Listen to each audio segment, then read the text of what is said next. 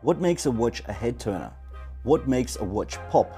Ultimately, what makes a good watch an excellent watch? I guess every watchmaker reflects on these questions, contemplating their options and making ultimate calls to their designers.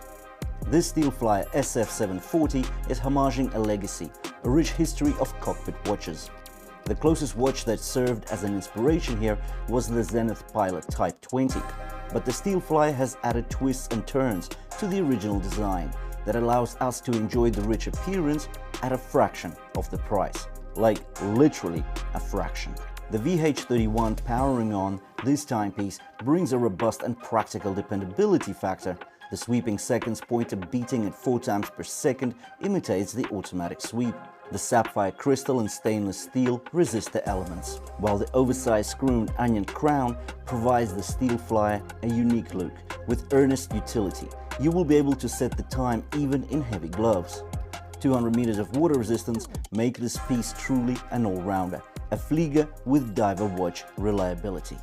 So here I am talking about a $55 watch as if it's something special, but really it is something special. For $55 I picked up an excellent looking watch on a cowhide strap, and the strap, I'll tell you a bit about it slightly later, but it's really nice. The watch is generally really nice.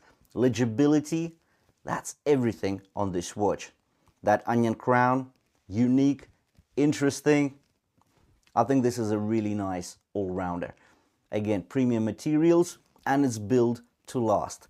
Now, of course, it is a mecha quartz, which is pretty much a hybrid quartz. So it's a quartz movement with elements of an automatic watch. So it's got some gears and cogs, which make it seem like an automatic. So we get 4 beats per second with the second sweep. Now, for example, the NH35 gets you 6 beats per second, so you get a much more smoother sweep. Still, very dependable movement, a maximum variance of 5 seconds per day, but we'll talk about that as well slightly later. The Lume, don't get me started. I will show you the Lume test at the end of the video. You will be impressed. Anyways, $55. I've left the link to the listing I got the watch from in the description below the video, so make sure to check it out if you're after a sharp price. And now, as you know, we will dive into a comprehensive review of the STEELFLIER SF740. Let's do it.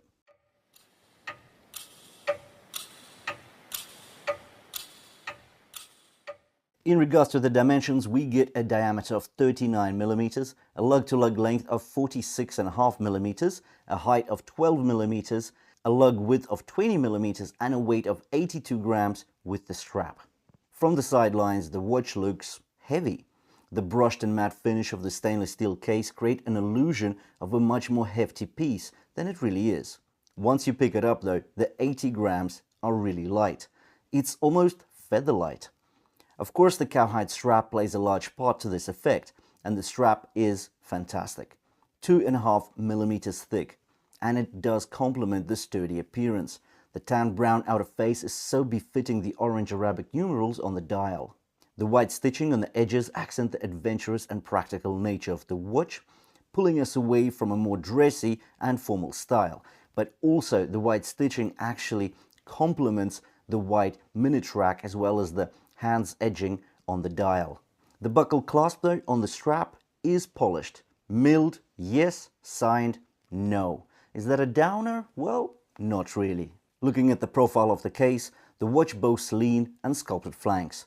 The case walls are flat and tall, yet the elegant and downward arching lugs exhibit a classic touch. The horizontal brushing style and the aggressive downward slant of the lugs remind me of a vintage look. The screw-down case back further supports the retro aesthetic. Engraved with specks on the perimeter and the basin-like appearance contrast the strict lines of the case flanks. But even though the flanks are matte, the brush surface is very smooth to the touch, while the lug hoods have a coarser texture and feature radial brushing. The fixed bezel sits a millimeter inside the case circumference, visually layering the watch, making the bezel more pronounced, even if the color is still more matte than polished. But there are more than enough angles on this watch case to make light play quite interesting and captivating. The thin steel frame surrounds the flat slab of sapphire crystal. On the right, we do get the 9.7mm screw-in onion crown. The threading is wide and deep. The look is just right. That is a head-turner crown.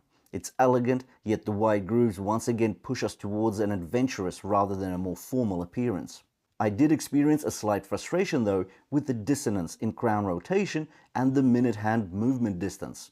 So a 360-degree rotation of the crown is only a 40-minute arch of the hand. Not a biggie, but noticeable. On the other hand, how often will you be adjusting the time, right? Back to the crystal now. So there is no anti-reflective coating, so we get the sapphire crystal slab, yet no anti-reflective coating, but that's okay because the dial is black and matte. From the crystal, we get a deep drop down the brushery hole to the matte black dial. There are no applied indices on the whole dial. All 12-hour indices are represented by large Arabic numerals. Around the periphery is a white rail minute track with orange 5-minute markers. This is a handsome design, framing the expressive large numerals in contrasting white. These Arabic numerals are actually covered with C3 Lume, which is approximately 15% brighter than BGW9 Lume. The bright green light is long-lasting and very clingy. The Lume quality is up there. Notice how consistently it's applied here. There is no sign of blotching or asymmetry to how it's applied. The hands are long with orange inserts and edged in white, just like the minute track. The dial and indices literally pop during day and night. Considering this is a Flieger or pilot watch, then legibility is well achieved here. In regards to the movement, the Seiko VH31 Hybrid Quartz powers this watch. This is a relatively new movement from the Japanese watchmaker. It was launched just in 2018, so just over 5 years ago. Precision is up there with a maximum variance of plus or minus 5 seconds per day. Lifespan on a single battery is 3 to 4 years, and the movement can last anywhere up to 40 years. So I've mentioned this before, but the second hand actually sweeps across the dial with 4 beats per second. So there we have it, $55 does get you a mecha quartz. So ultimately, yeah, a quartz movement. I don't want to get into the whole discussion, quartz, automatic. This review is not about that. But if we think about it, we're getting a very reliable, robust, long-lasting movement for a very nice watch. Now, the watch is, again, all about legibility. There is a minor downturn, and it's not just the crown rotation, which I feel is a bit light, right? So you do a 360-degree rotation, but the minute hand only moves 40 minutes. So I would expect slightly more, but again, that's a small issue. Another small issue, there is no date window. Now, for me, that's okay. I don't mind. That doesn't reduce the practicality of the watch for me, but I know there are some watch enthusiasts who really do enjoy a date window. Now, personally, a date window can get complicated, right? If it's at 3 o'clock, I think personally that would slightly spoil this very symmetrical and very balanced dial. If it was down the bottom, it potentially makes a dial a bit, well, bottom heavy. So the date window has to be placed just right to make it look real nice. But without the date, I think it's just fine. The Lume here is amazing.